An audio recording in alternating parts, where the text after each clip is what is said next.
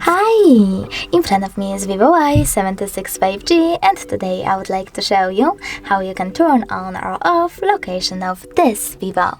Start by exiting Tap menu. Now look for location icon and tap on it. As you can see, now it's gray. That means that location is definitely off, but you can always turn it back on by tapping on the same icon. If you want to though, you can go into settings as well.